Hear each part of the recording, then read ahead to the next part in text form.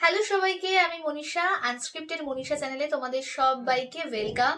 আজকে তোমাদের সাথে একটা জিনিস শেয়ার করব বলেই ভিডিওটা করা। ভাবলাম ভয়েস ওভার দেবো না, হয়তো ভয়েস ওভারে অতটা ইন্টারেস্টিং তোমাদের লাগবে না।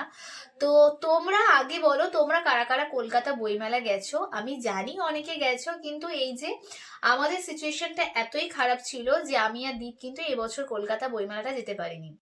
তো আজকে তোমাদের সাথে শেয়ার করব বইগুলো, আর বইয়ের রিভিউগুলো আমি পার্ট পার্ট করে কোনো ভিডিওতে শেয়ার করব তোমাদের সাথে। চলো আগে ফার্স্ট যে একটা বই দেখাই তোমাদের। এটা কিন্তু অভীক সরকারের বই। এটা হচ্ছে প্রেত যক্ষ। এই বইটা কিন্তু আমার পড়া হয়নি। এখানে যে কটা বই আছে কোনোটাই আমার পড়া না।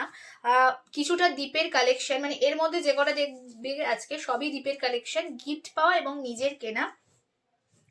তো এটা হচ্ছে প্রেত যক্ষ।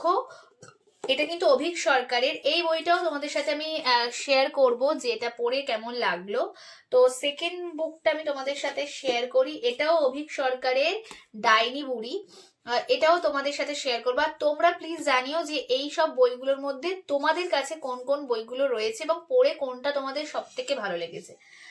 আচ্ছা, এটা হচ্ছে দীপের একটা জন্মদিনে ও গিফট পেয়েছিল এই বইটা। এটা অনিশ দেবের পিশাচ সমগ্র। এটাও খুব ভালো ইন্টারেস্টিং বই আমার যা মনে হচ্ছে। তো তোমরা যদি কোনো এই বইটা পড়ে থাকো আমাকে জানিও। আর নেক্সট একটা আমি স্পেশাল সিরিজ তোমাদের সাথে শেয়ার করব, সেটা হচ্ছে হেরুক। আর হেরুক 2।